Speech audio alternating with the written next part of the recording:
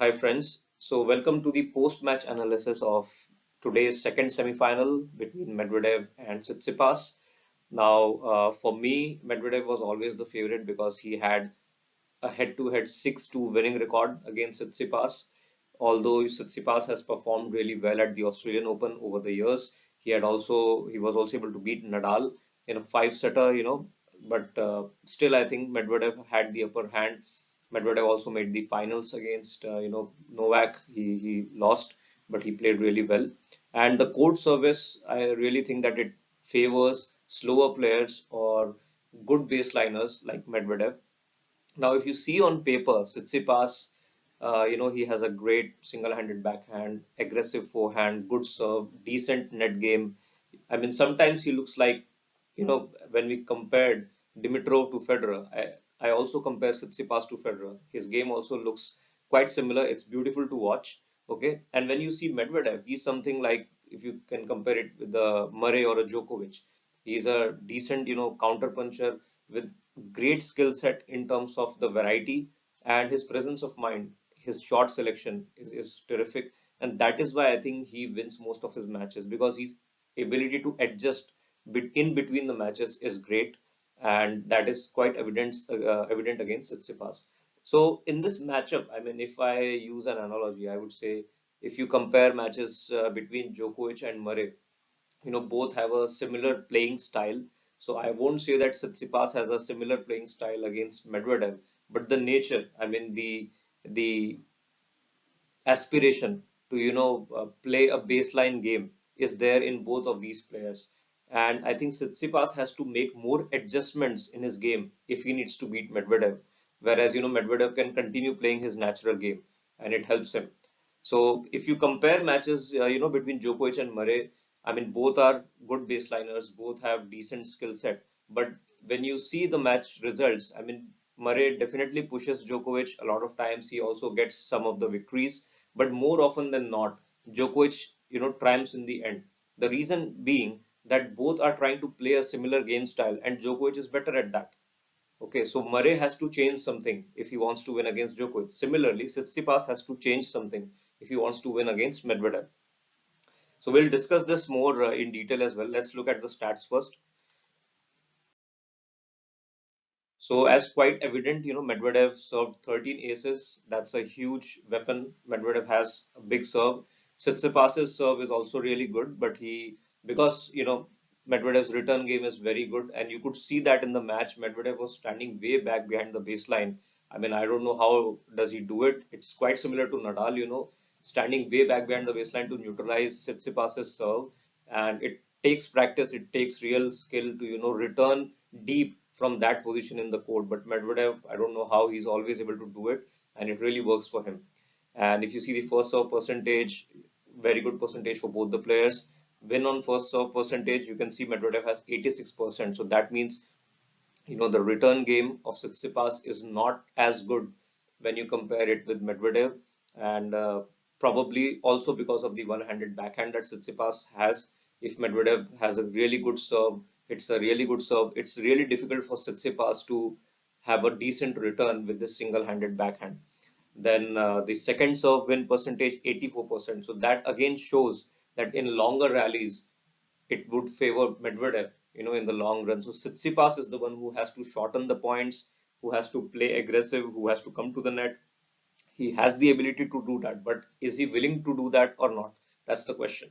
So it was a really close match if you see the statistics, but I still feel that Medvedev didn't have to change much in his tactics, but Tsitsipas had to change a lot, and he did adjust. He made some changes. He tried to serve and volley a lot of times, which did favor him. He won a lot of points with the serve and volley. He also used drop shots to good effect, but I think in the third set and fourth set he just lost a track, and he was missing a few shots. Maybe he got tired. If you see his backhand also, he was missing a lot of easy shots, not able to change directions, not able to run around his backhand as much as he did in the first couple of sets. So all those things do matter in the end, but I would say it was still a decent match, a close match from both the players' perspectives. So the key factors: Medvedev's backhand and serve. Now, I already mentioned that Medvedev sometimes runs around his forehand to take a backhand.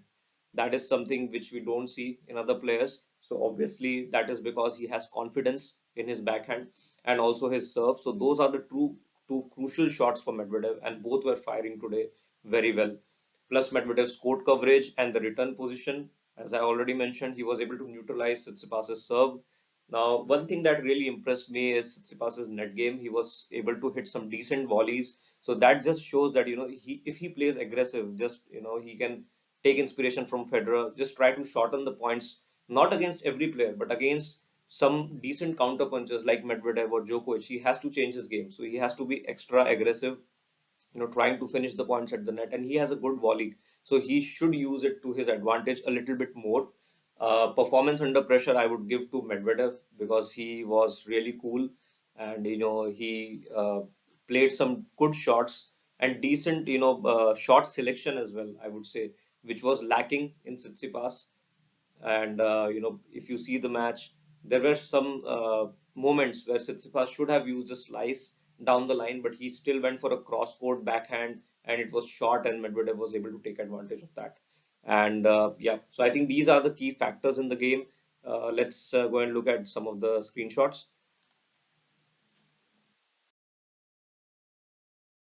So this is an example. So you can see here Medvedev has it a good, decent, backhand, and Tsitsipas, it's a golden rule. I mean, even in my previous match analysis, I mentioned that backhand down the line is such an important shot today in the game, at least for the top players, because when you are a top 10 player, I mean, any weakness that you have will be exposed, exponentially, and it will be decisive in the outcome of the match.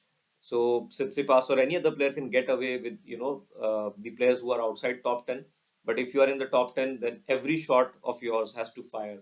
Otherwise, your strength has to be so good that it should actually neutralize your weakness. So in this example, you can clearly see that Medvedev has hit a good backhand. Now Tsitsipas is outside the single sideline. So as I mentioned in my previous video, the rule is that he has to go down the line. He cannot go mid court or cross court. But here you will see in the match that he went mid court, and Medvedev is clearly standing there. He's just waiting to hit a forehand, and that's what happened. And he's inside the court. You can also see that. So he can, he doesn't need to hit a winner. He can hit a decent forehand, and he can come to the net and close the point there itself. So Tsitsipas, what options does he have? Now, if he's in a defensive position, maybe he can use a slice down the line because the opponent is not Nadal. So maybe he has better chances. If he hits a low slice, then it will be difficult for Medvedev to control his forehand because even though it's a decent forehand, but it's not the best weapon for Medvedev. So the ideal shot for Tsitsipas here would be a slice down the line. But because his slice is a weaker shot, plus maybe because it's a pressure situation, he doesn't trust that shot that much. He has to go for this red arrow, depicted shot, which is the cross court backhand. And because it falls short in the court, Medvedev is able to take advantage of it. So one and two shots that I have mentioned here are the ideal shots, and that is the decisive factor, I would say, because Medvedev has got such a good backhand. Then he can control all the points from his backhand. He can hit it down the line very well. He can hit it cross court as well, and he can control it even if it's a slice or it's a low ball, high ball. It's easier for him to control. So Medvedev has to break that pattern. He has to force, sorry, Tsitsipas has to break that pattern. He has to force Medvedev to use his forehand, but not in an ideal position. Maybe the bounce has to be low, the pace has to be slow, so that Medvedev faces some issues while controlling the ball on his forehand. So that is the strategy which one would recommend Tsitsipas. And the one thing that impressed me, as I mentioned, was the serve and volley tactic. You can see how far behind the baseline Medvedev is when he's returning the serve.